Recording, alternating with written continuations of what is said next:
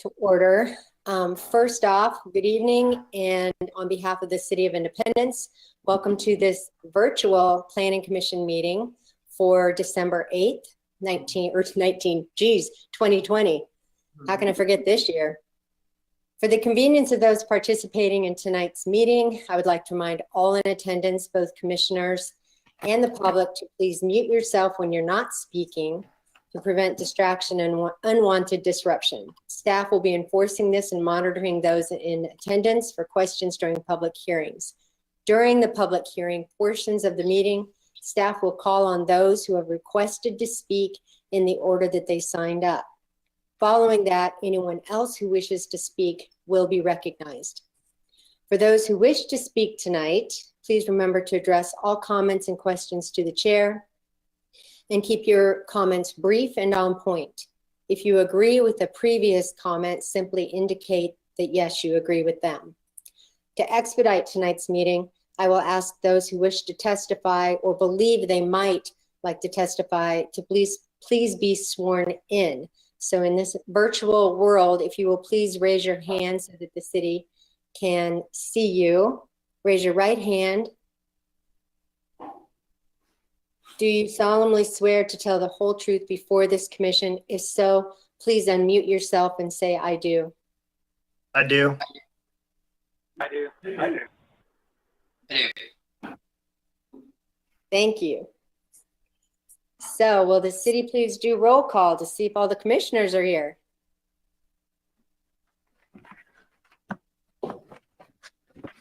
Okay. Commissioner Dreer, Yes. Commissioner Ferguson, Yes. Commissioner McLean, Yes. Commissioner Michelle, Yes. Commissioner Preston, Here.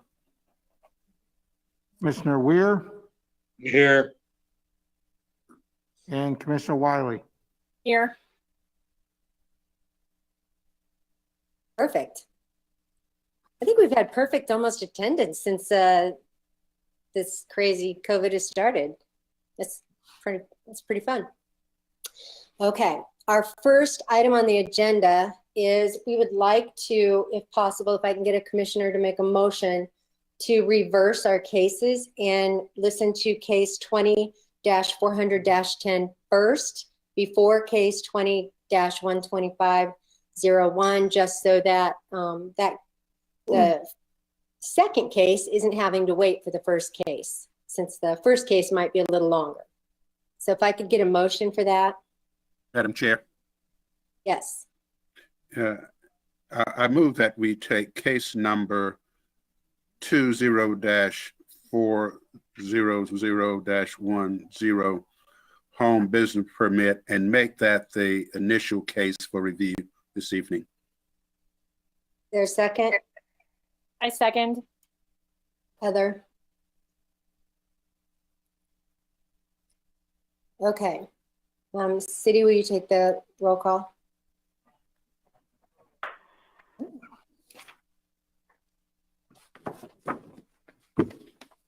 Commissioner Dreer, Yes. Commissioner Ferguson, Yes. Commissioner Michelle, Yes. Commissioner Preston, Yes. Commissioner Weir, Yes. Commissioner Wiley, Yes. and Chairman McLean. Yes. The motion is passed to move case number 2 in place of case number and switch it out case number 1. Did not say that right, but hopefully you got it. So our first case tonight is case number 20-400-10. City, will you give us a report, please? Yes. This proposed short-term rental is a single family residence in a single family neighborhood addressed as 2603 South Overton Circle and is located approximately 2 blocks south of Westport Road. This 1,825 square foot dwelling contains 4 bedrooms, each sleeping 2 and additional 2 on a queen hideaway couch as well. While able to sleep 10 guests, the applicant understands that only 8 adult guests are permitted. Provisions for off-street parking will include 2 parking spaces on the site, 1 in the garage and 1 in the driveway. There are 3 spaces available on the street out front. Probably more, but 3. Thus, the parking requirement can be met. Mr. Scarborough will use Airbnb.com to market the house. The applicant also indicates he has several years of experience operating short-term rentals. So to minimize incidents and issues, the applicant will screen guests, will not allow gatherings or parties. Local guests from the metro area will have to provide first and last names of every adult so due diligence can be done. And will not allow guests with less than a 5-star rating from Airbnb without understanding why the rating was given. The applicant will provide electronic locks, external cameras, and maintain a good relationship with the neighbors. The site has been inspected and approved by the city's fire department. So we'll go through the pictures and then the recommendation.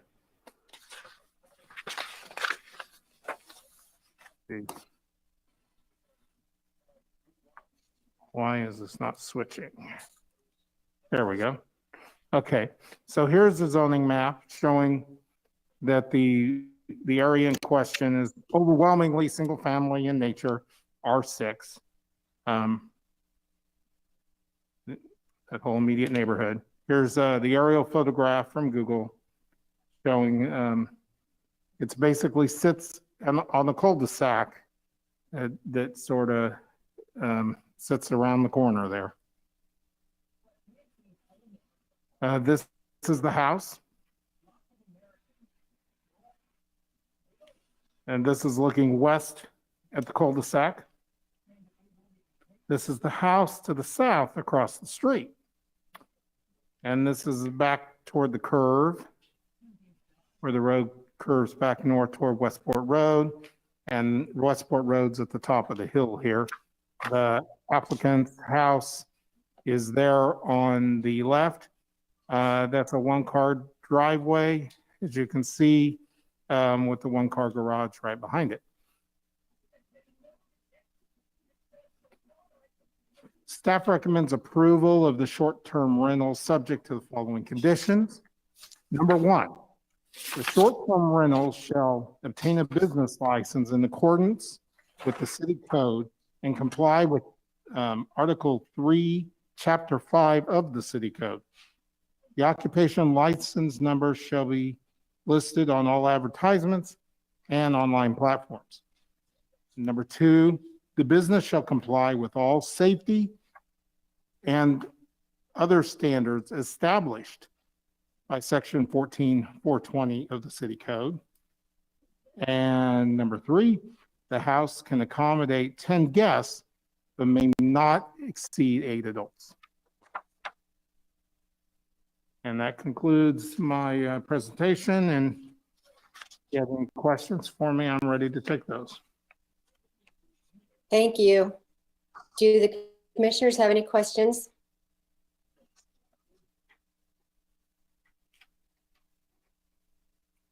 I don't see any. So we will welcome the applicant to speak on your behalf. Please state your name and address. My name is Rob Scarborough, and I live at 603 Quincy Boulevard in Smithville, Missouri. Okay, do you have anything you want to add to the report or? First, I would just like to thank the council for moving my case first tonight. I've gone through this process with Casey Moe and sat on a Zoom, well, several Zoom calls totaling 17 hours before my case was heard. So I truly thank you. You're welcome. Yeah, that's not fun. And Do No, commissioners have if any questions? Go ahead, I'm sorry. I don't know if the council is interested to hear or see the condition of the home when we purchased it, but it was an abandoned hoarder house that had been condemned by the city when we purchased it last year. And we spent a good bit of time and a little bit of money turning it into a home that not only the neighbors appreciate living next door to now, but obviously guests from all over the world are now coming to or will be coming to the city. But I do have those photos that I don't know if we can share my screen, but I'm happy to go through them if you have strong stomachs. It was an interesting home that the neighbor counted for us 8 30-yard dumpsters is what was removed out of that house. And it was, to say a blight is an understatement, as there were, I suppose, homeless or vagrants of some kind kicking in the back door and living in the home at certain periods of the year, because it had been abandoned for a couple years. And these are all stories the neighbors had told me. Wow. I'm a sucker for before and after pictures, but I don't know if we have that capability or not. Fair enough. That he can kind of work on that in the background. Do the commissioners have any questions? Madam Chair, Mr. Scoville? Yes. is that recognizing me? Yes. Preston. Oh, Mr. Scarborough, thank you for obviously converting a blighted building into a sustainable and potentially viable business. Given that you live in Smithfield and the property is here in Independence, who is your property manager and what is his accessibility in the event there's a need for his attendance? So I am the property manager. I live 32 minutes away. I've made that drive a time or two over the past year or so. And I'm fairly accessible even throughout the day. I have a fairly flexible day job. And will the neighbors have access to your phone that they can reach you in the event? 100%. I have passed my business cards out to every neighbor. I've met about half of them. And the others that I wasn't able to meet face to face, I put my business card and a note as far as who I am and why I'm leaving a card on their door. So they all have my contact information. Thank you. Thank you, Madam Chair. Thank you. Are there any other questions from the commissioners of the applicant?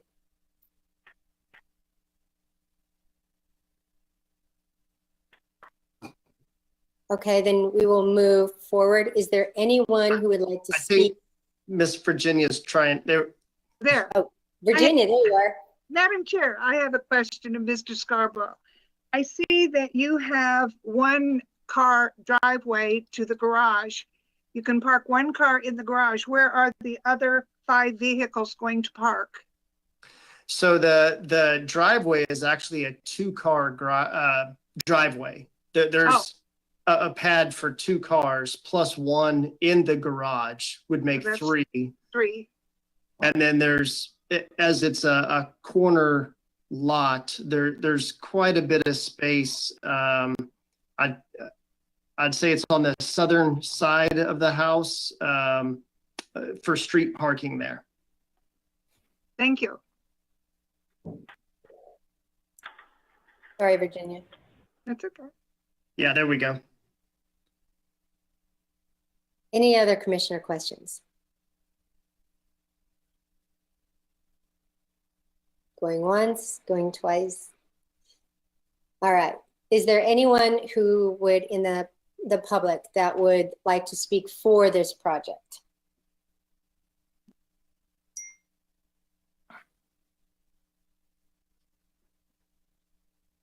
City, can you tell me, was there anyone for the speaking for?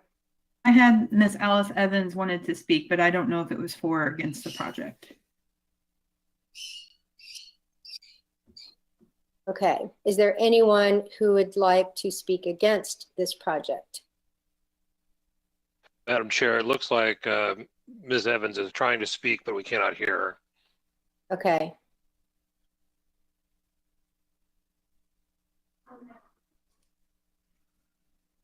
No, can't hear you. Might be necessary to call in via phone. Try turning up your volume first. Or just unmuting. She's unmuted.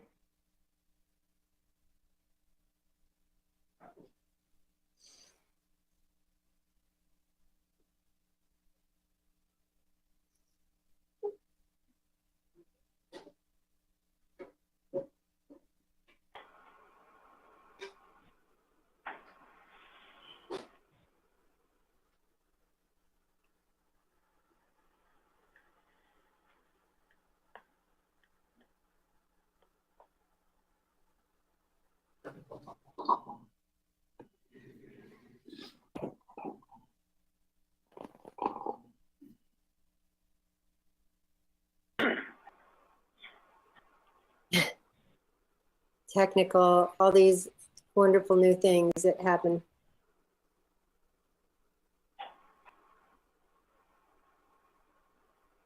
We'll wait for her to call in.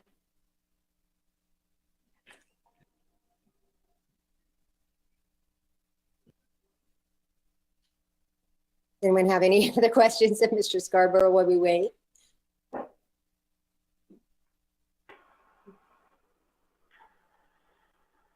Yeah, Rob, can you hear me? I can. Is this your first one? Is this your first one? We have, I think, a total of 7, mostly in Kansas City proper. As Kansas City was kind of the first that I'm aware of that adopted short-term rentals ordinances that allowed them inside city limits.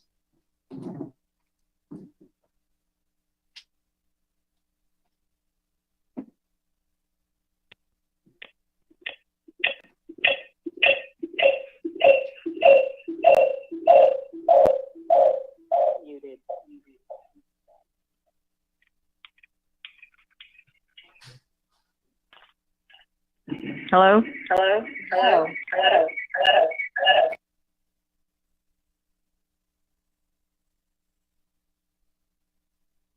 Can we hear you?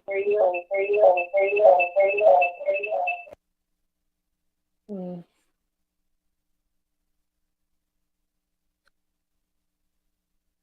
Alice, can you hear me now? Madam Chair, the intended speaker may need to turn her audio off on her computer.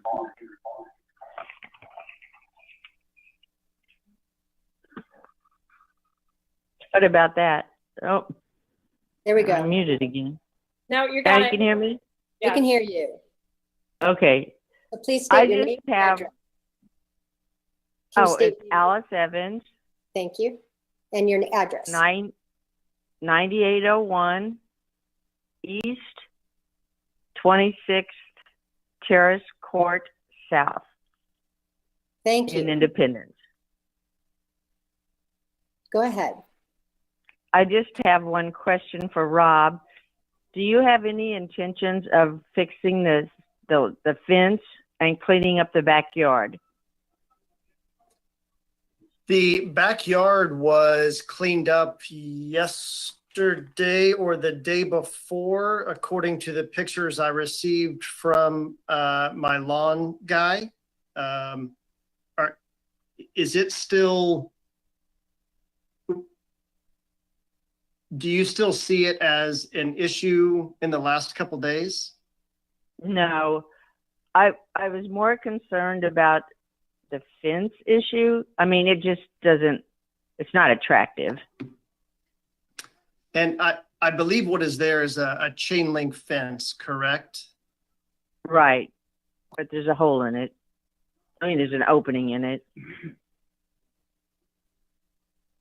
The opening, I'm trying to think of the direction. Looking at,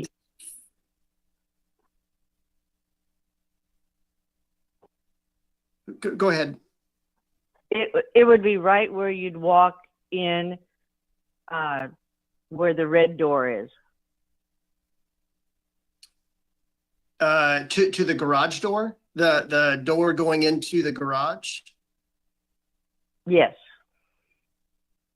I mean, you can walk straight into the backyard.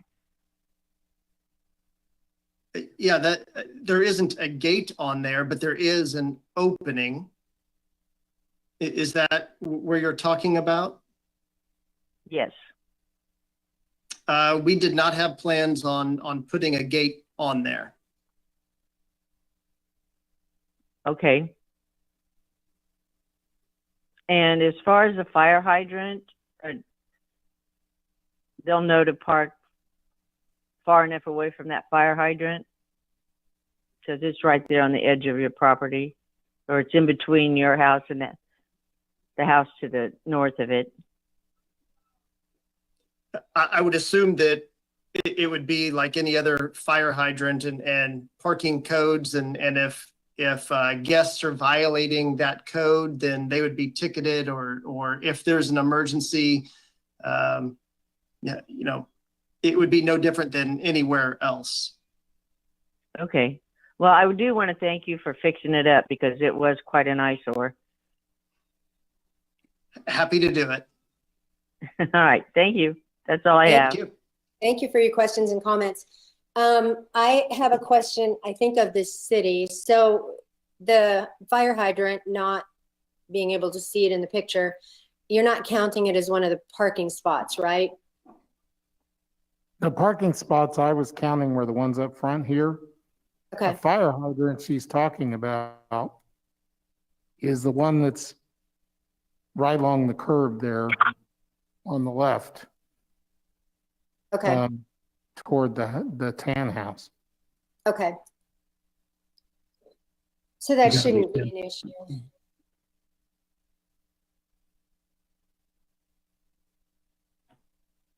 Okay. And then the fence, you know, maybe that's something you could look at and give the neighbors some comfort by putting a gate, or also can't see it, so. But it sounds like, all in all, you've done a great job in improving another sore spot in a neighborhood. Are there any other questions from commissioners?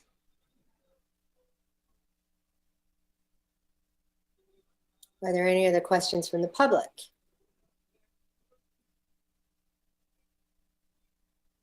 Seeing none, we'll close this public portion of the hearing. I have no gavel to sound, so if there's no other questions from commissioners, I would take a motion.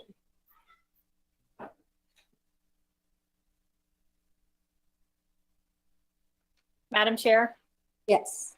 I move we approve case 20-400-10 short-term rental, 2603 South Overton Circle, with the staff recommendations. I second that motion. Oh, well. Okay. Will you please take roll? Commissioner Dreer, Yes. Commissioner Ferguson, Yes. Commissioner Michelle, Yes. Commissioner Preston, Yes. Commissioner Weir, Yes. Commissioner Wiley, Yes. Chairman McClone. Yes. Case number 20-400-10 has been approved. Congratulations, and thank you again for making improvements. That's always a plus. Appreciate it. Thank you. Thank you very much. Good luck. Thank you, Madam Chair. Okay, next case number 20-125-01, rezoning preliminary development plan of 4580 South Bass Pro Drive. We're ready for your report when you are. Okay, hang on here just a minute. It's not going to.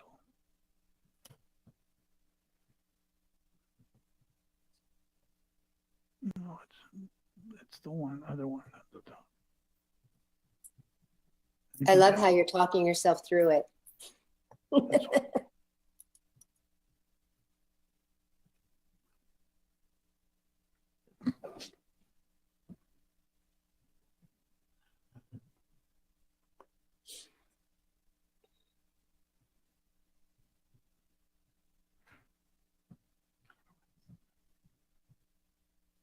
I feel like we need a game show theme song for these moments.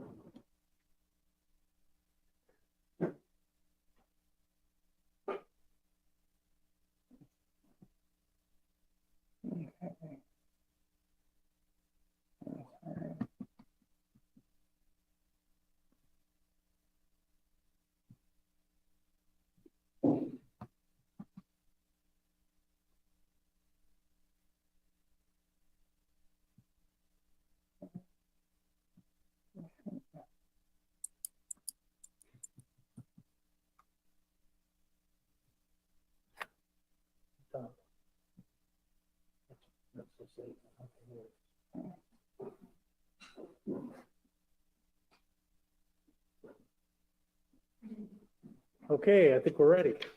Okay, we are too. Okay, Case Development LLC request to rezone the property located north and west of Bass Pro Drive from C2 General Commercial to R30 PUD, which is High Density Residential Planned Unit Development, and approve a preliminary development plan. Okay, as you can see, this is the vicinity map of the area. I-70 is to the north, 40 Highway to the south. But more specifically, excuse me, but more specifically, the site is on the west side of Bass Pro Drive, south of Hobby Lobby Mardell, across from the Bass Pro Shop. This is the zoning for the area, with the site in the black oval. All four corners of this crossroads of I-70, 470 are commercially zoned. The Whispering Meadow subdivision, zoned R12, adjoined this project site on its western side. This is the aerial photo of the site within the red circle. The apartment complex will take up the entire lot south of Hobby Lobby Mardell. Again, the Whispering Meadow subdivision adjoins the site on the west. Okay, this is a preliminary development plan. North is on the right side of the screen as you look at it. You can see the complex has three entrances on the east, which is more or less the main entrance, the north and south sides of the site. All buildings access private interior driveways or streets. The lower rise buildings are around the perimeter of the site, with the higher rise buildings in the center. This is the landscaping plan, again with north being on the right side of the screen. Staff is also recommending additional landscaping be added to the site's western property line where the subdivision is located. Okay, the applicant will go into more detail regarding the building's designs, But this is one of the styles of the building that will be around the perimeter of the site. This is another perimeter of the building. These have garages. Most of these actually have garages around the perimeter. And this is one of the building designs on the interior of the site. The stone columns around the entranceways are a design feature of the Bass Pro Shop building, which is just basically right across the street. And this is the interior, one of the interior buildings that features attached garages.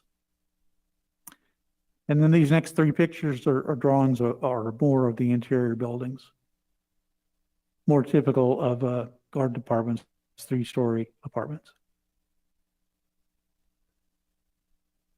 And then another building with interior building with garages. Can staff speak increased volume? You're barely. Okay, sorry about that. Okay, did you need me to go back over everything, or are we okay to this point? Okay, this is the Clubhouse building. It's located pretty much in the center of the site. This is where the customers will come and sign up for an apartment, and there's also a swimming pool and recreation workout room in this Clubhouse. Okay, this is a apartment similar in design and colors that the applicant has built elsewhere in the nation. The materials and colors are going to be similar, but the style is not exactly the same. Okay, here we're going to go through the pictures of the site. Here we're on Bass Pro Drive looking north up the west side of the property. That's Hobby Lobby, Mardell off in the distance there. The subdivision Whispering Meadows is to our left. This is looking to the northeast. That's Bass Pro Shop in the distance. Looking west across the property from Bass Pro Drive, that's the Whispering Meadows subdivision in the distance. As you can see from these slides, the land is brush covered with the only trees around the perimeter of the site. Here we're looking to the southwest across the site. Again, the Bass Pro is down at the bottom of the screen again, and then the Whispering Meadows is off to the right.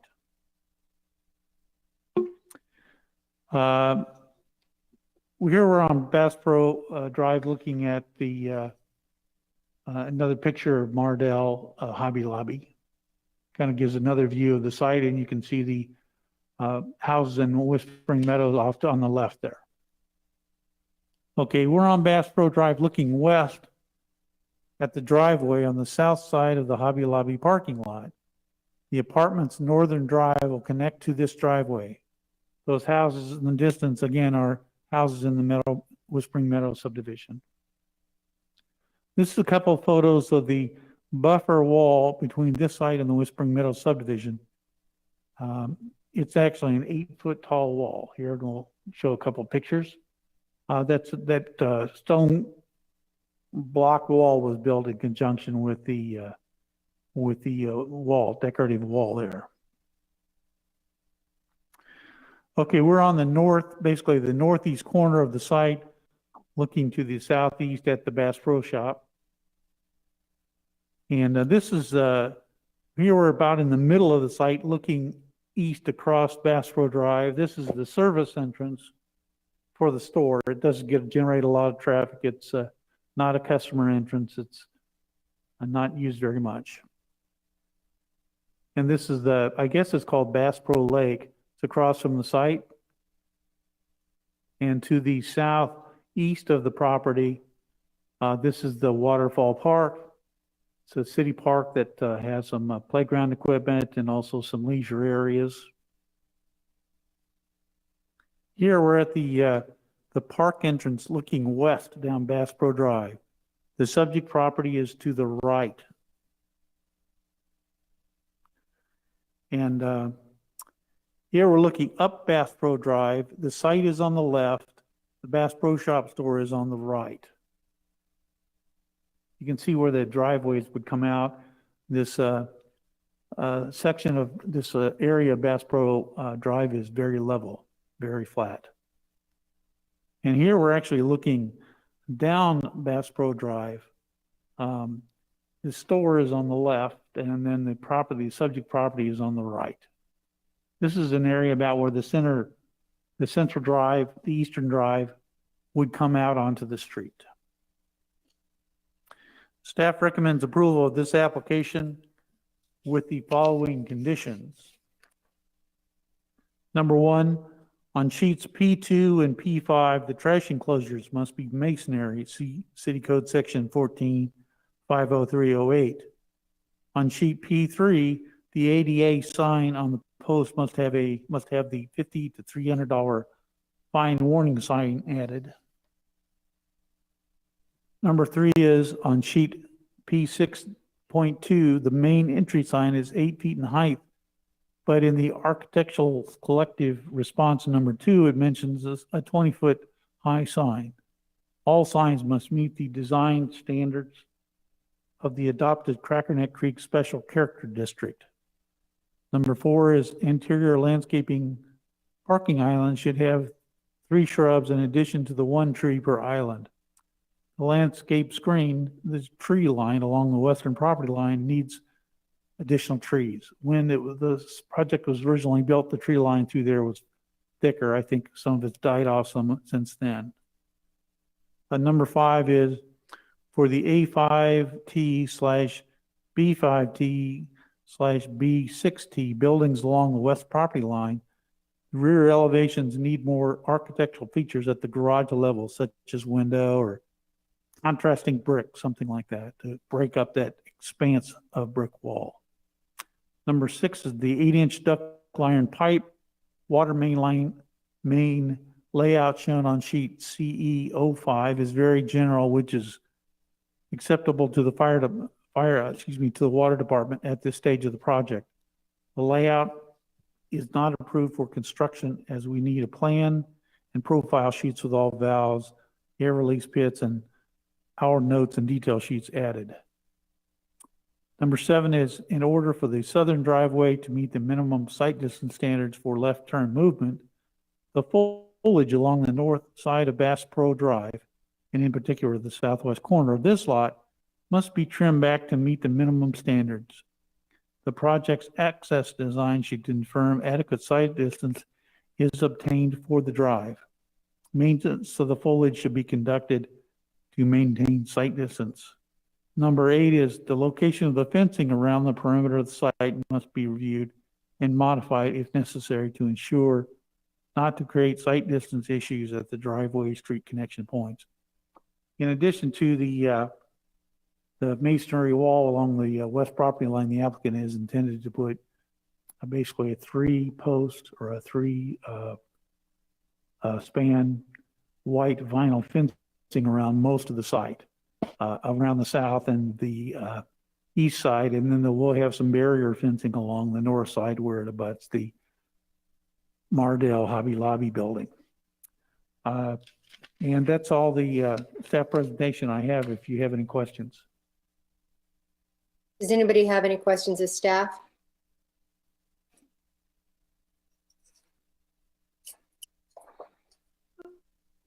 I had a question. Can you go over one? I'm sorry, Commissioner Preston, go ahead. Staff didn't mention the traffic impact study, and I'm sure they have reviewed the traffic impact study, and I would appreciate some feedback or comment.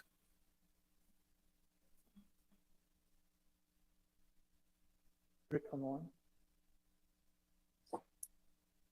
Well, I can take that one, Stuart. Sorry.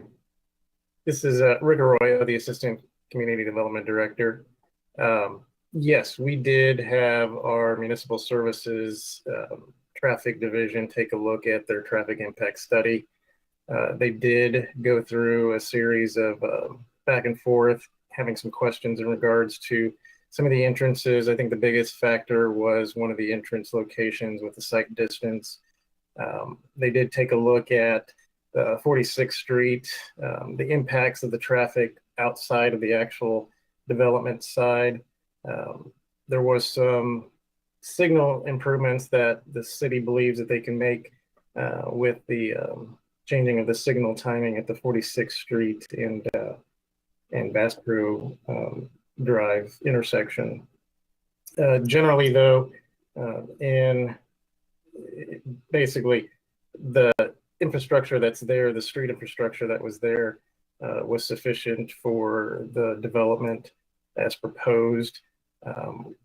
They did show that in future, with any future development, that some of the, I guess there's plans that they're looking at for a right turn lane on Lee Summit Road, which is to the west of the development, that future development may cause the city to have to up any of those improvements along Lee Summit Drive in the future with this development. But generally, it met the traffic requirements for the particular development. I think I heard the word "it generally met." What does that mean?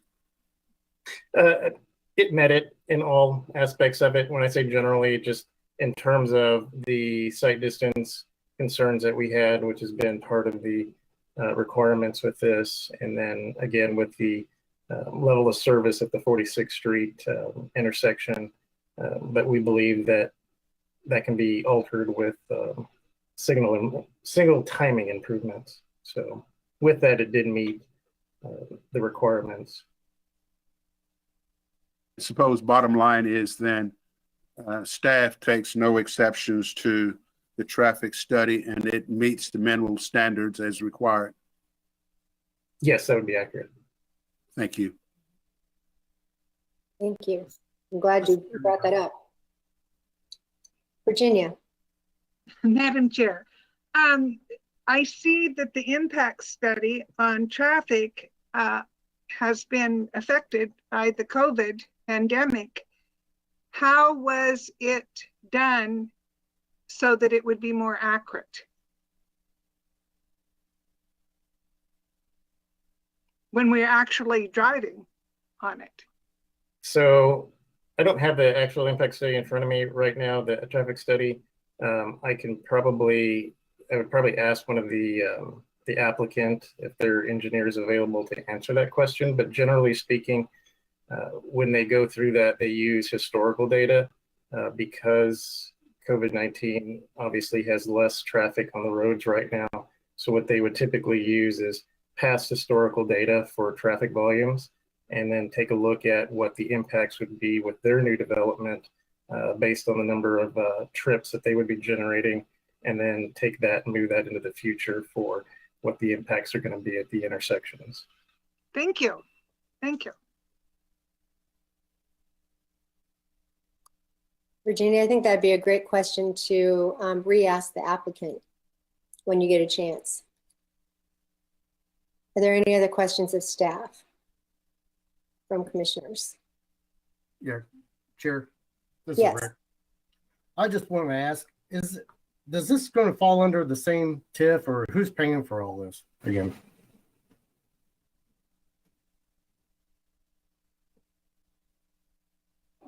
Staff want to answer this? Which one?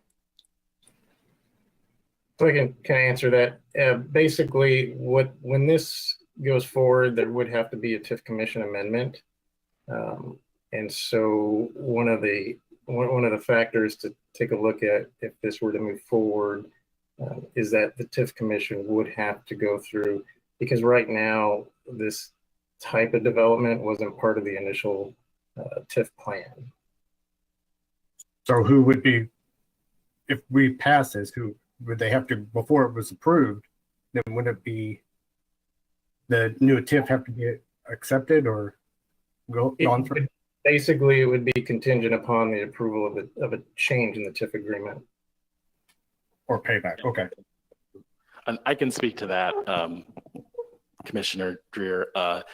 There is a TIF commission meeting scheduled for the first week in February to discuss the amendment to the TIF plan related to this. And as Rick mentioned, these two items, both the TIF amendment and this rezoning, will be heard at the same time at council should those both be approved with the recommendation. So yeah, there is, another hurdle for this to overcome before it gets to council, but those are on our radar and provisions have been made for that TIF commission meeting. So. Okay, yeah, I just, at this point, I probably can't support this right now. I'd probably be voting no, but okay, thank you. Thank you. I have a question for staff. And to follow up on Commissioner Dreher's question, and I'm not sure if this procedurally or if the commission can take this action, but leads me to think that if, the project is contingent on the TIF amendment moving forward, can the commission make approval contingent on that subsequent approval? Therefore, the property would not be rezoned away from C2 if the project doesn't, have a chance of moving forward. So the way staff is handling this is to not put it as and I can't remember, Stuart, is this a condition in the staff report? No, it is not. Okay, so it's not an actual commission or a condition in the staff report, but the way staff is handling this is obviously that any recommendation made by the planning commission will be forwarded to the city council at the same time as the TIF amendment. So, and the applicant's attorney will be able to speak a little bit more to this when he has an opportunity to speak, but it's just at this point, staff doesn't believe it's appropriate to condition this approval on that, but that those two items go together to council to be heard at the same time. So that's how staff is handling this. Understood. Thank you. Thank you.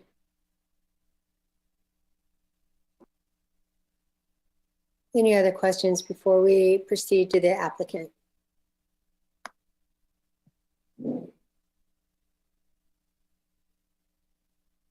Okay. Will the applicant please, whoever the first one that's going to speak, would you please unmic or unmute and state your name and address? Madam Chair, my name is Bill Moore. I'm the attorney for the applicant, Case Development LLC. My offices are located in Kansas City at 4510 Bellevue Avenue. With me this evening is a paralegal, Rochelle Biondo, here in chambers. Also in chambers are is the property owner, representative of the property owner, Byron Constance. And then remotely, we have the applicant, Case Development LLC. I think they are all together in their conference room in Tulsa, Oklahoma. It is Scott Case, Mike Case, Justin Dixon. With them will be their engineer, Tanner Consulting LLC, Dan Tanner, and also with them will be their architect, Larry Kester. In addition, we have our traffic analysis that was performed by Olson. Tom Fulton, who's vice president with Olson, is on the system remotely also. And he will be able to speak to the question that Commissioner Ferguson asked with respect to the COVID counts. Thank you. So I think we're having some technical difficulties, but let's just proceed. So let's talk a little bit. I think initially about who is Case. Well, Case Associates is a well-respected developer of not only apartments, but other retail, office, and industrial developments. They collectively employ over or nearly 1,000 people. They have about 30,000 apartment units in 5 states. And in addition to that, about 1 million square feet of office and retail scattered throughout their portfolio. The company was started by Mike Case in 1983. And as I said, they have since then constructed over 50 apartment communities in 11 cities over the past 22 years. The goal of Case Associates is to provide housing for successful professionals of all ages and retirees, that this housing would be in an upscale market rate apartment development. And you'll see, we'll go through some slides where we'll show you some of the photos of existing projects where we'll see the amenities that are provided that this type of development would typically require in order to attract the kind of tenants that they are seeking.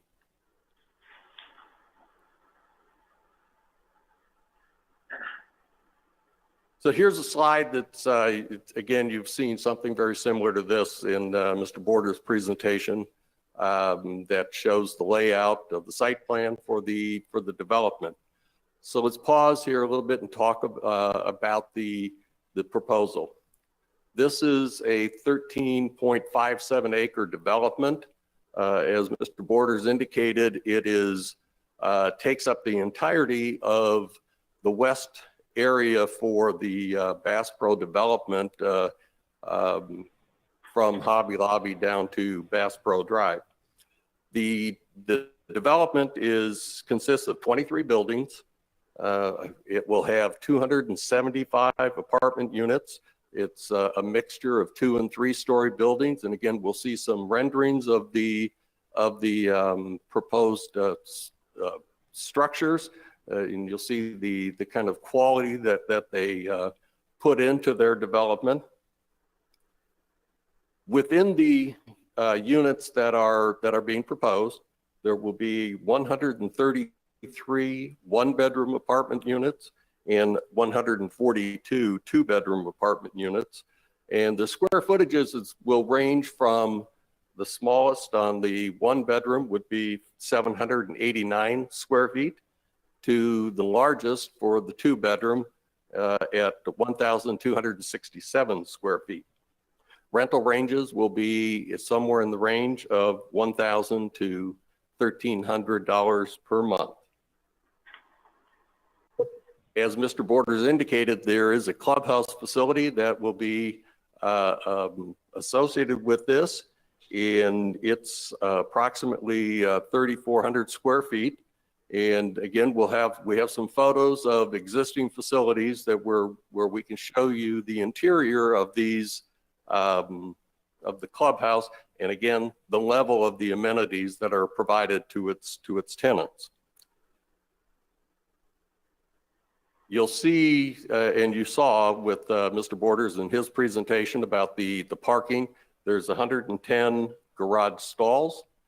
In addition, there's 375 parking spots, which is more than adequate for the parking for the tenants and their guests. And again, our request is to rezone this property from C2 to R30 with PUD.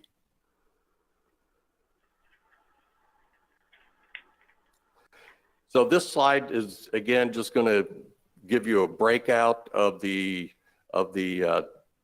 total number of units and the makeup between the various sizes and the 1- and the 2-bedroom units. So this slide is showing an architect's rendering of what the development is going to look like, including the materials that would be included. And as you can see, these materials are going to be compatible to what is generally found in the over across the street at the Bass Pro development. It was specifically designed with that architecture in mind. The next slide is a slide that shows you again another rendering of the proposed development.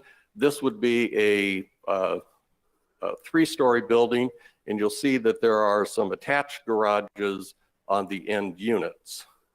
Again, you'll notice the architectural features that are included within this proposed development. Another slide showing again a rendering of a unit of a building that has all the garage stalls on the lower level and 2 floors of apartment dwelling above it. So we talked about the amenities and that would be provided with this development. So what are they? So there is, in addition to the clubhouse, there's the business center, the fitness center, the game room, and you're going to see some slides showing some of these amenities at one of their other units. I believe it's in the one that we have is currently in Wichita. So there's outdoor swimming pool with cabana, outdoor grills, dog park, and again, we talked about the garages. So in addition to the on-site amenities, what makes this a very unique and attractive site for this development is the proximity that it has to the trail system, not only around the Bass Pro Park area, but if you can get across I-70 or I-470, you get into the entire trail system for the Little Blue Trace Park. In addition, proximity, of course, to Independence's excellent medical facility at Center Point. So some of the interior amenities, and again, you'll see some slides of this, photos of existing units. Top floor, some of them have 9-foot ceilings. They have ceramic wood-like tile entry floors, kitchen and baths, stainless steel appliances, ceramic tile backsplash, and ceramic tile tub and shower. In addition, some of these units have LED fireplaces. So now I'm going to show you a few slides of a product that they have. And again, if I'm incorrectly identifying this, they will let you know, but I believe it's in Wichita. And so this is an existing development. And so you'll see some actual photos of what the product will look like. So here's a shot that shows the dog park and the other recreational facilities in the interior of the apartment complex with the apartments surrounding it.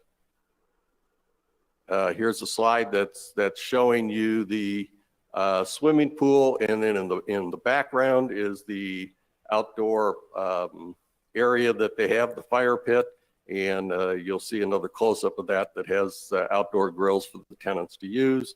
And next to that or behind it is the clubhouse.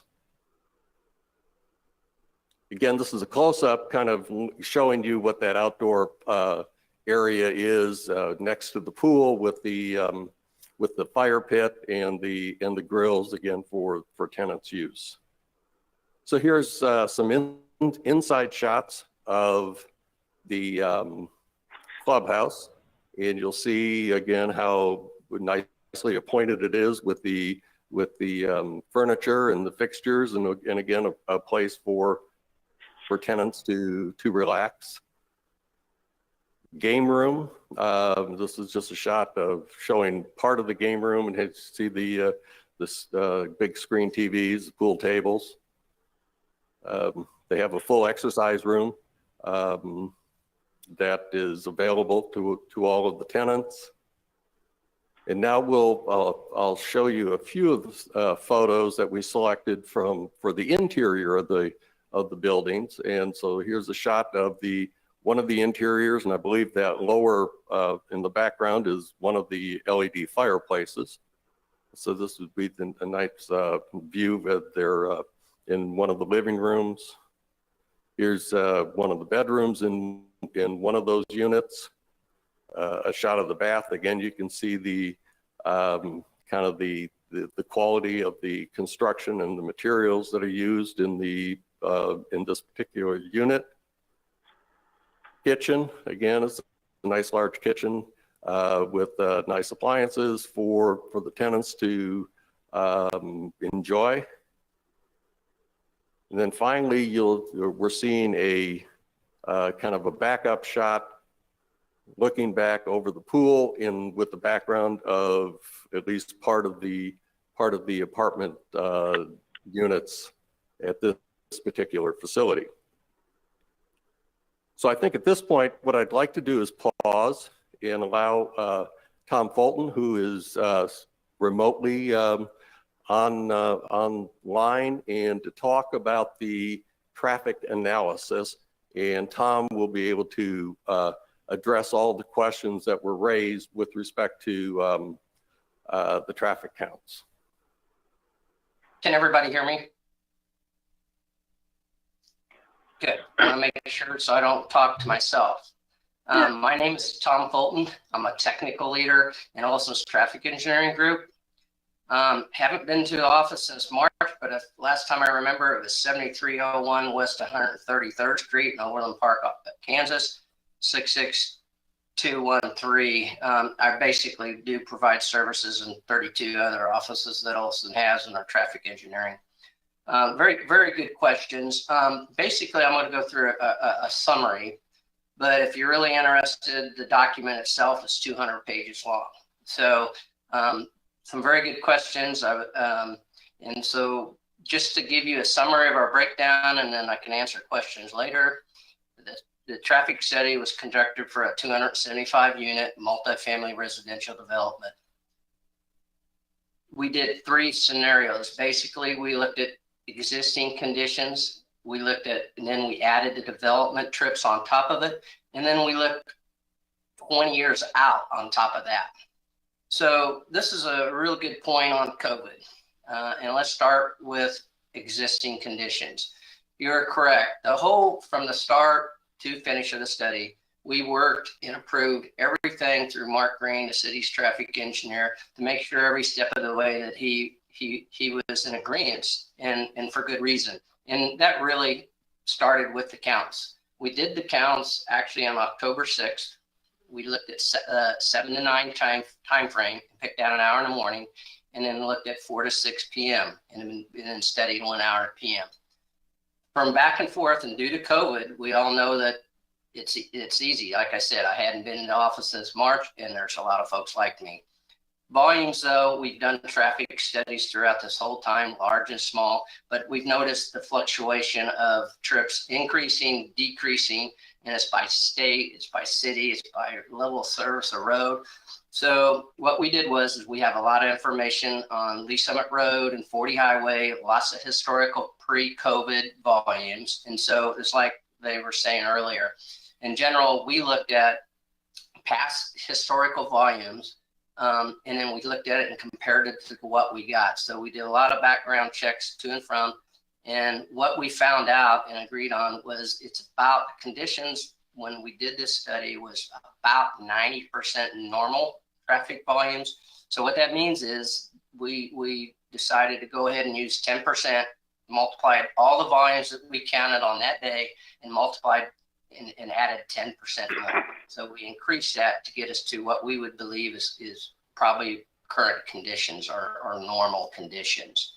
And then for the future conditions, we looked at 20 years out on top of that, because that's really, we want to look and see what this is going to look like 20 years out. And for that, we looked at another and agreed on it. I believe it was 2% growth per year for 20 years out on top of what I did for COVID. So we believe we have pretty good justification of the counts that we use for the study, and thus we went through with what our recommendations.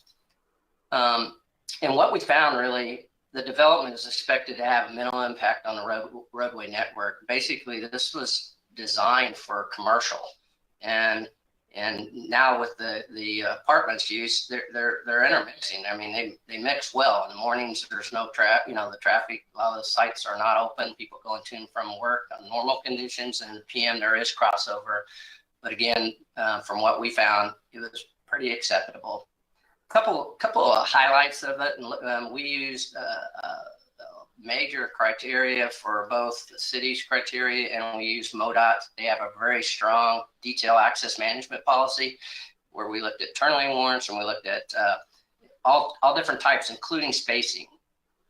And one of the things that we found is the South Drive in the report. It's drive known as Drive 2.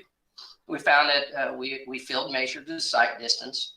We found that it was falling a little shy, but we also thought it could be corrected and want to make sure that through design that they do the foliage, trim back everything and make it acceptable. And we believe it will be fine for that. A couple of the recommendations with the development plus development, that was the site distance. And then the future, I think someone said earlier about monitor for northbound right turn volume at Lee Summit Road. And that's truly the future. That's 20 years out. And their projections, so I wouldn't just go in and put a turn lane in just based on something that we're doing an educated guess for 20 years out. So that's what that was. One of the items we thought would be of interest to this group that wasn't in a traffic study, but we looked at it. I typically want to look at what's going on and what was planned. And for that area where this apartment complex is, there was 91,000, I believe, square foot of retail that was planned for that is proposed, for this development. This chart, if you can all see that here on the right side, there's a lot of numbers, but I'm going to break it down pretty easily for you.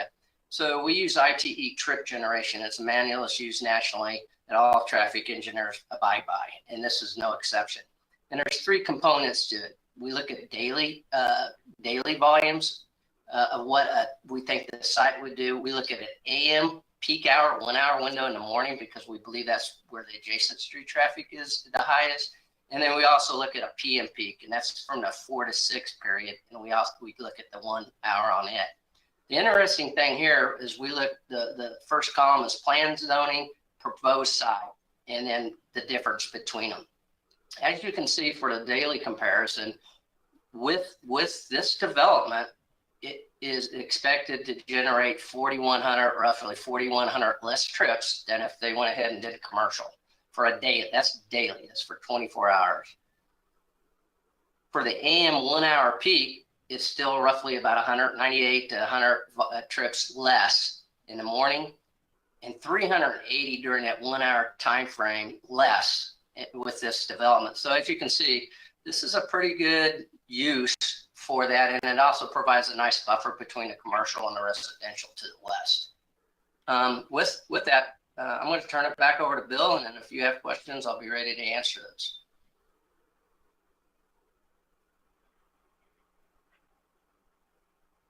those. Thank you, Todd. Commissioner Ferguson, did that answer your questions? Mr. Bolton, I appreciate everything that you said. It was very, very good. Thank you. Okay, thank you. So I think at this point, what I'd like to do is conclude with the formal presentation just by saying, kind of recapping that this particular location for this apartment development is, in our opinion, a perfect location for the type of development that's being proposed, for the amenities that it will be providing, its access to other amenities that are in and around the area, and it will be compatible with the surrounding retail development. I think you all know that it's very common in a real true mixed use development that you have a mixture of retail, office, and commercial and residential.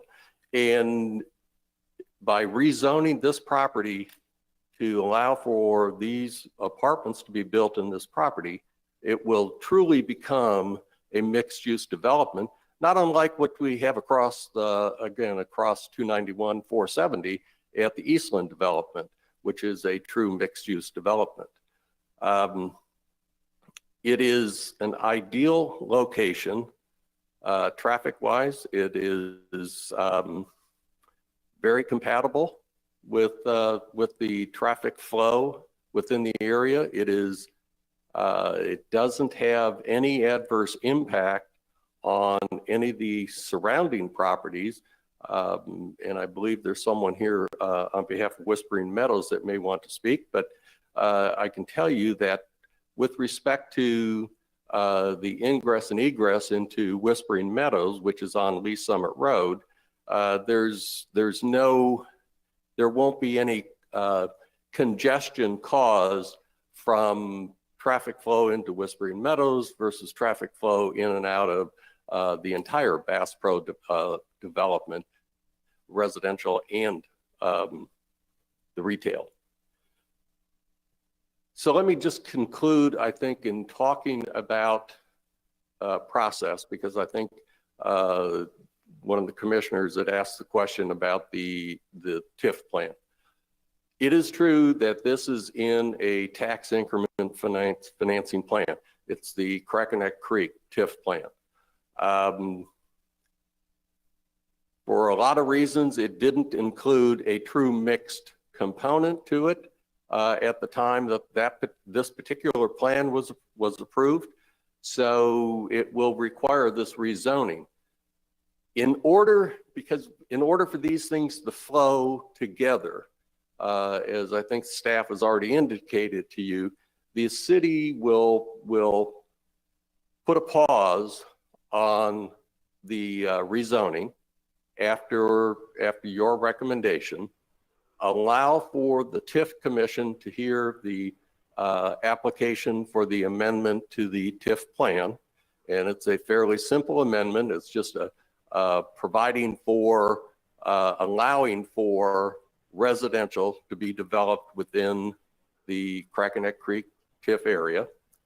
And the way that the city will structure this, so that, again, speaking to the issue of not having to undo some rezoning, the way it will be structured, as I understand it, is it will be presented at City Council.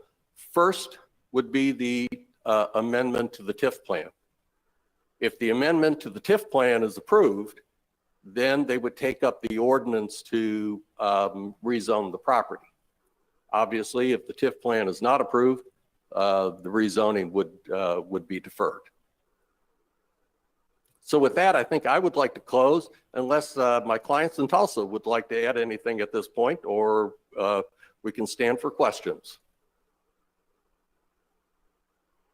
Okay, is there anyone else who'd like to speak as the applicant? Madam Chair, Yes, Mr. Preston. if I recall correctly, I think Byron Constance was cited as the actual property owner. Am I correct? Yes. Is Mr. Constance available? Yes, he is. Does Mr. Constance have any reservations at all about this particular project? And I'd like to hear from Mr. Constance. All right, he is here with us. Nick, if you can state your name and your address, you know the rules. LLC. My name is Byron Constance, 3729 South Union, Independence. Mr. Constance, can you get closer to the microphone?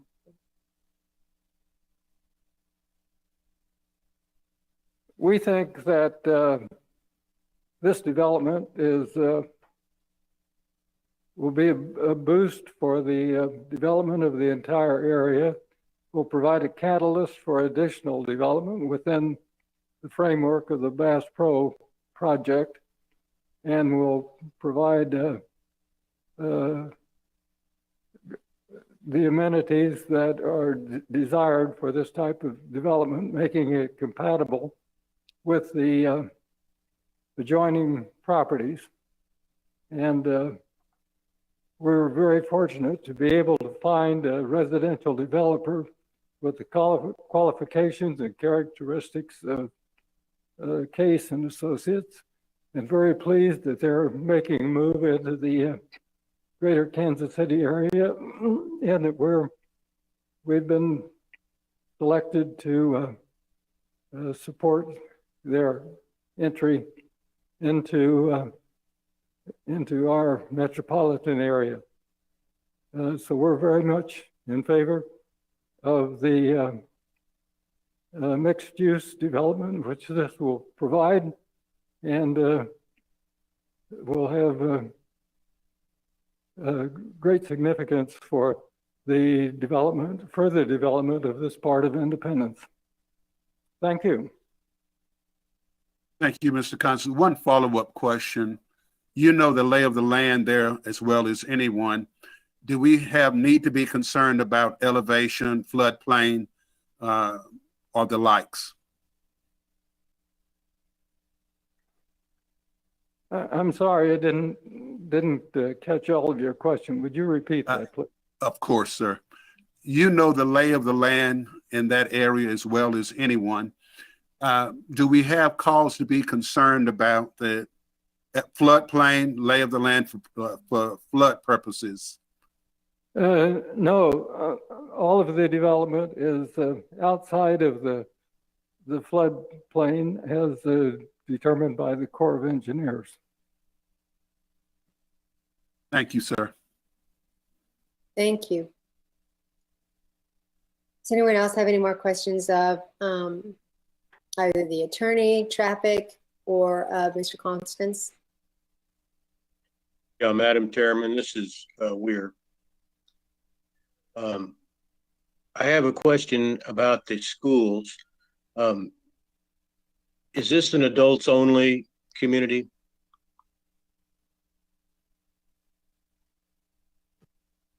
Who would like to speak? No, it's not. This is the market rate for anyone, but as you can tell from the design of it being 1 and 2 bedrooms, the likelihood of there being children in the development is not very high. There very well could be some, but typically you don't find school-age children in apartments of this nature. Not unlike some of the other apartment developments that we have throughout this quadrant of the city. Do you know what school district this is in? Yes, it's in the Blue Springs School District. Are you positive of that? Yes. Okay, thank you. Yeah.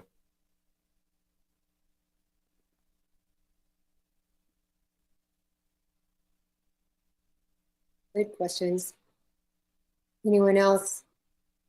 Is there anyone who would like to speak from the applicant's table? My name is Scott Case, president of Case and Associates, 4200 East Skelly Drive, Suite 800, Tulsa, Oklahoma, 74135.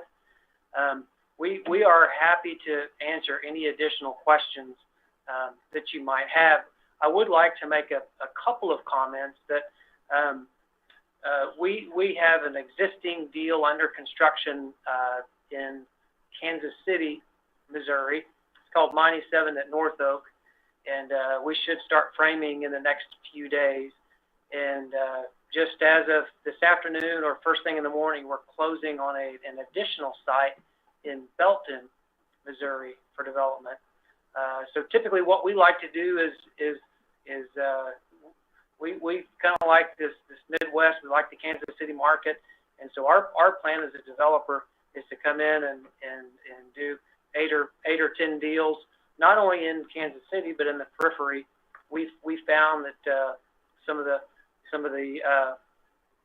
smaller cities in the greater metro area we really succeed in, and so as Bill and Byron mentioned, we feel like we're really providing some nice housing for all of the citizens there in Independence. Yeah, and of the last 50 developments over the last 22 years, there's only one deal that we do not currently manage. So we have skin in the game. We are owners, operators, developers.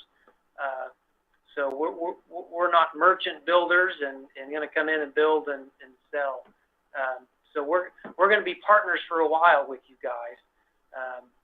Also wanted to mention that we have not asked the city for any subsidies as well. All this money is coming out of our own pocket. We're not digging into your pocket for our development. And with that, I would be happy to answer any additional questions you might have. I think those were important points for us to know, so thank you for bringing that to our attention. Does anybody have any other questions? Or any questions? Mr. Case, I've got a question. Okay. This is Commissioner Michelle. I appreciate your comments there, especially as it relates to the investment in our community. Oftentimes developers are constantly looking for as much subsidy as they can get to make their deals pencil. I was, and one of the other things, and the staff made this point in the report about the potential for, this being a catalyst for future development in the undeveloped pad sites surrounding Bass Pro. I would not purport that past results are indicative of future results, but do you have any similar developments where you have come into an underutilized mixed use area and seen additional development? I was just curious if you've got any experience of how your developments have been catalysts in surrounding in the communities that you've already worked in. Yeah. There's two that come to mind. We opened a deal in Jinx, Oklahoma, which was really a smaller city there in the Tulsa metro area, and we built about 4 years ago, and a Starbucks just opened right in front of us. So that's a pretty good testimonial. Also, really what made us fall in love with this site is that in Broken Arrow, Oklahoma, there is a Bass Pro Shop in that same area. It's got the same feel as the Falls area. We built about 600 units in 2 phases, and after our development, we had a Lone Star Steakhouse, a Charleston, Mexican food place, Los Cabos. It's almost as if they took, it's very similar in look and style as the Independence site as well. Also, they just recently opened a Stony Creek Convention Center and a couple of hotels and some additional retail as well. And so I like to think that when you bring 600 apartments, typically we average about 1.5 residents per apartment. So that was nearly 1,000 people in that area that come home and they want to come home, they want to eat, they want to shop. And so I think that's where we can benefit this particular area and Independence. Thank you very much.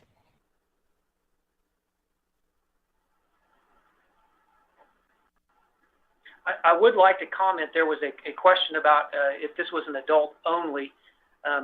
Although this is not an adult only, we do not have any 3-bedroom units. Therefore, as a result, the majority of our residents are single or couples. We just took a poll. We have a 275 unit deal in Broken Arrow, Oklahoma, within 1 mile's radius of the Broken Arrow public school system, and we only have 16 school-aged children out of 275 units. So there again, that should kind of speak to how many school-aged children we could potentially bring into the system.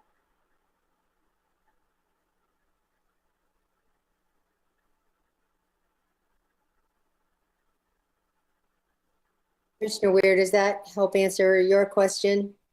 Make it a little clearer anyway? Yeah, I was just, we had the Independence, the superintendent, make a statement about an 11 building complex and was against it.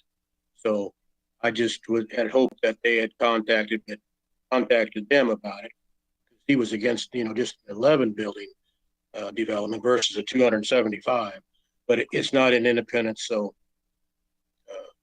that's up to Blue Springs. But that answers the question. That's good. Perfect. Heather? I'm good. This is Commissioner Drew. What on these apartments? What is the rent going to be projection? Yeah, so our rents will start on the 1 bedrooms right at about $1,000 per month. And some of the larger 2 bedrooms will actually go for about $1,500 per month. There is an additional charge if you want a garage. Garages will go for right at $100 to $110 a month as well. Okay. And our average income is around $37,000 a month. It's gonna be hard to get. I think I would like to, I guess, answer a question with the question is what is your average house payment in Independence? I'm not quite sure on that one. But I just know rent's that's pretty steep for, 37,000 a month, I would think. Well, I think our average income in Independence has hit the 50s. The city can get us the exact number, but I think that we have, since it was a goal of the cities, I think that we have improved that a little bit. Okay. Yeah, and one of the things that we do, obviously we do our homework before we enter a market. And so we do a market study and we look at some of the comparable properties to us. And we look at their occupancy, we look at their unit mix along with their rental rates. And we feel like we're right in line with those. And I think it is worthy to mention that although I'm not following this bucket anymore, but there are lots of people that choose to be in an apartment. That's their choice. Maybe they don't have a down payment, or they can afford a house, but they just don't want the upkeep of the house. They don't want to, have to pay the tax burden and mow the lawn and maintain a house. So I would say that the majority of our residents lease because they choose to.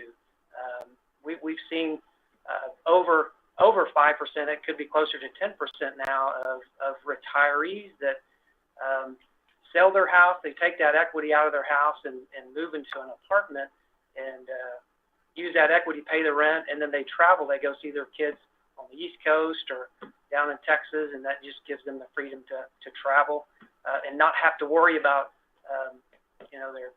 their home. Oftentimes, when they leave for weeks at a time, they'll tell our manager, and we'll go feed the cat or things like that. So.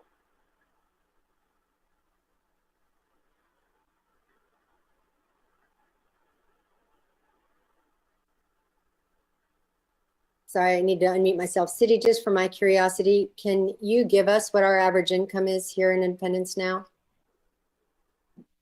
Not at this time. It's around that number that you discussed. Though. Which one, the 37 or what I said was the close to 50? Close to 50, I believe. Yeah. Yeah. And that is a good question. I would say that if it's the average income is around 50,000, it's not going to be much different than any market that we're currently in. Kansas City is the largest market that we're in. Most of the time, we're population averages anywhere from 50,000 to now 2 million. So if that helps. I think it does help. Does anybody else have any questions? Madam Chair, I've got a couple additional questions. Yes. Mr. Case, I believe I heard city staff comment that there was going to be fencing around the entire development. Is that accurate, or is it going to be more forward-facing to Bass Pro and the surrounding development? Yeah, our plan is to do a decorative fencing around Bass Pro Drive, really more for decoration and visual appeal. The three entrances will have limited access gates. Upon move-in, we will issue residents gate clickers so that they can come and go as they choose. Their guests will be directed to a single gate with a keypad where they can call the specific occupant and request access into the development. Okay, thank you. And then there's comments regarding some of the architectural character. I would say generally speaking, I believe your designs are complementary to the surrounding development, and I do appreciate the lower height facilities being around the perimeter, especially with consideration to the neighborhood to the west. But it did mention adding some additional features or windows or something at the non-garage door side of those townhomes. And looking at your site plan, it does appear that the non-garage door side of the first floor is what faces either the western development, which I understand is there's going to be a buffer and fencing there, but maybe more importantly, kind of what's occurring on the Bass Pro Drive side. I just wanted to get confirmation from you that that is something that you recognize and are going to take care of, again, because you don't want you turning your back on your neighbors. Right, and we are very sensitive to every angle, whether it's Bass Pro or the homeowners. We are very sensitive to that, and certainly willing to go into more detail with city staff about what we can do to make it more visual appealing. But well, I have no problem with that. Okay, thank you very much. And to expand on that, they talked about the landscaping a little bit too. So in addition to the features on the building, have you increased your plan on the landscaping according to what the city was requesting, the more trees and? Yes. Yeah, we have a landscape a design company. They're not present, but I will assure you that we typically exceed the city's ordinances as relates to landscaping. Thank you. Any other questions of the applicants?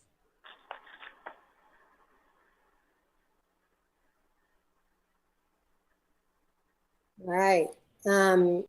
So we can move on with the public portion. Is there anyone who would like to speak in favor of this project?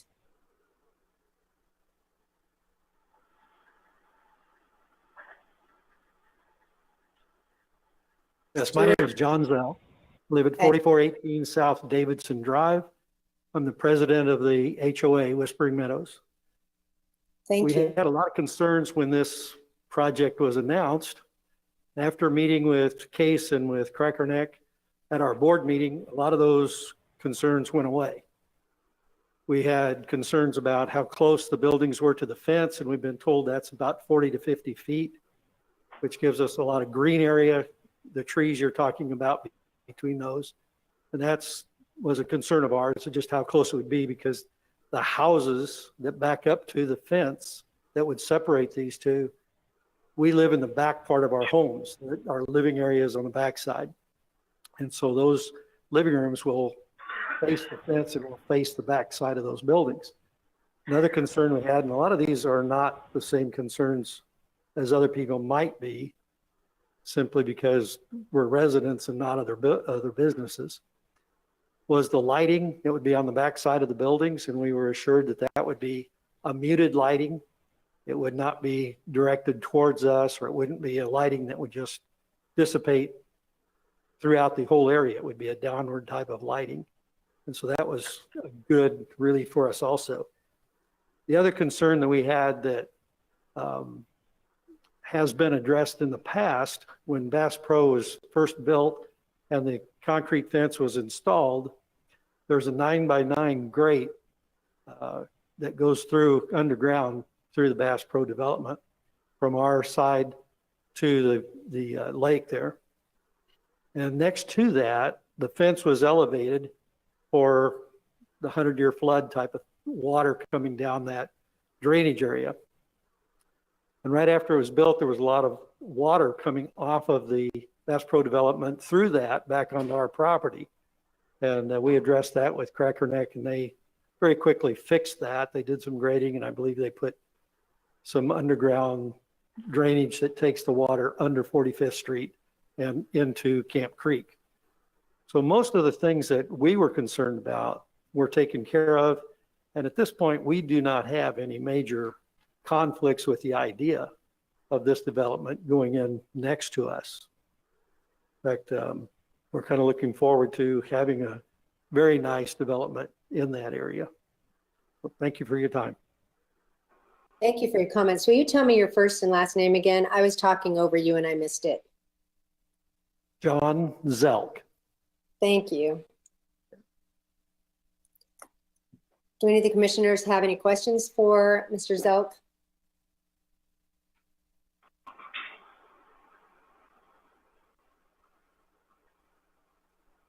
Is there anyone else who would like to speak in favor of this project?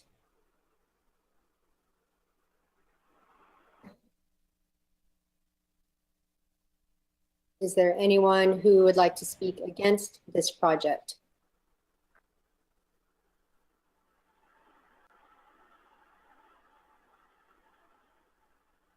Staff, do we have anyone? I didn't have anyone. Thank No, you, ma'am. Miranda.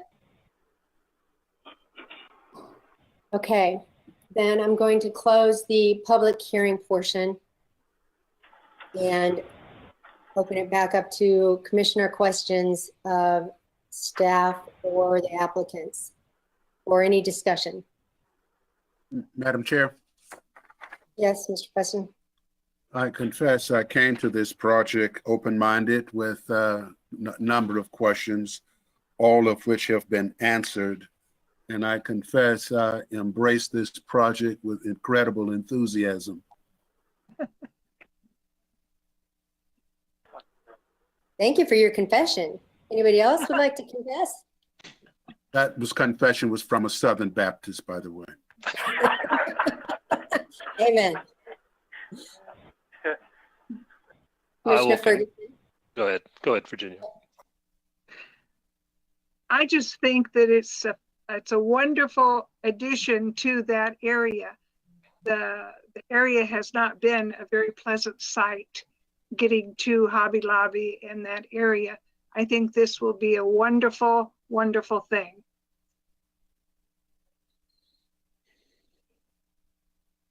Thank you. I hope it pays off some of the bills.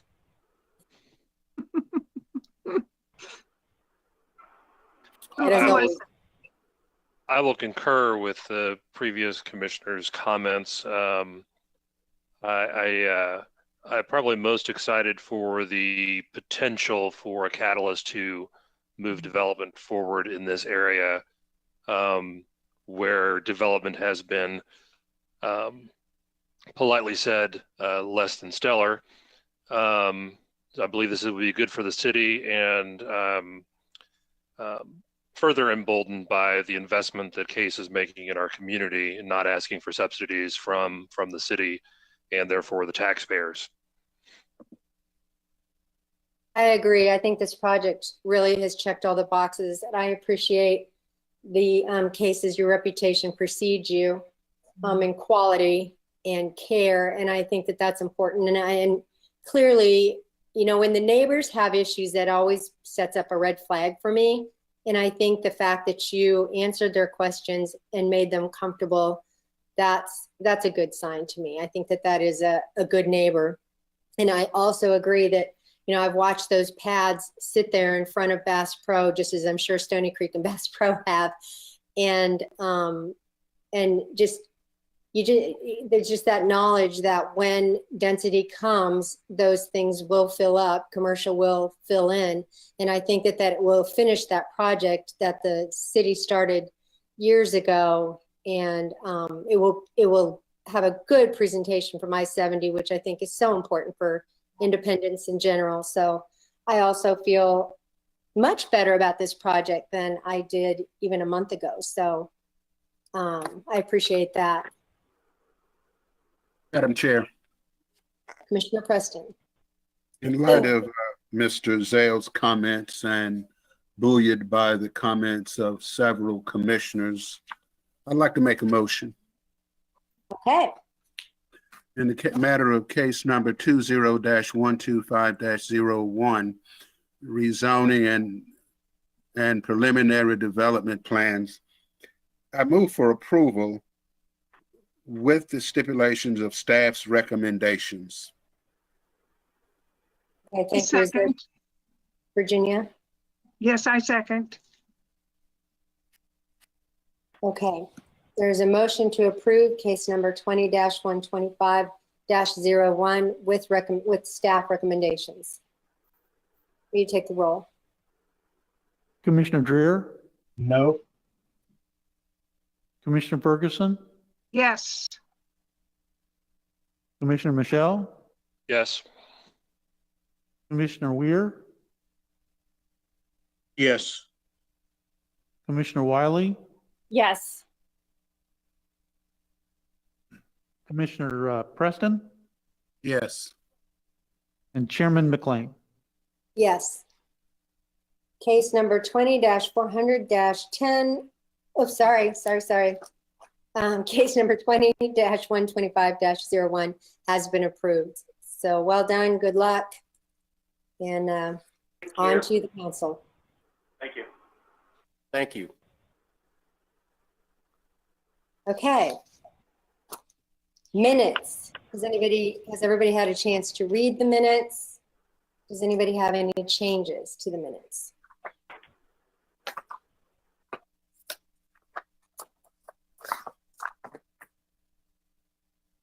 Hearing none, all those that approve of the minutes, unmute and say aye. Aye. Or raise your. Aye. Thank you. Roundtable, staff, do you have anything you need to tell us? Just happy holidays. Oh my gosh, we won't see you till next year. That's right. When's the Madam next Chair. meeting? Madam Chair, Yes, Stuart, real quick, when is the next meeting? Or Jordan? It's January 12th, I believe. Mm-hmm. I just want to applaud staff for some incredible work on this Stony Creek project. I really thought we were going to have a piece of war, but this developer clearly did its homework. The property owner did his share, and I think we have an incredible blessing for the city. Good work, everybody, and especially thanks to the commissioners. I concur with Commissioner Preston. Hey, Rick, you should have explained to us more of your objections. We might have, felt. Yeah. Definitely. I think the tangle on that one is that the TIF really doesn't fall in our jurisdiction. It's just really our job to, whether we like the project or not, or feel like it's good for the space, and let the council and the TIF commission wrestle that one. So that made it a little easier. Yeah, There that's will not our task. There will be a problem on that Bass Pro Drive at Lee Summit Road, though.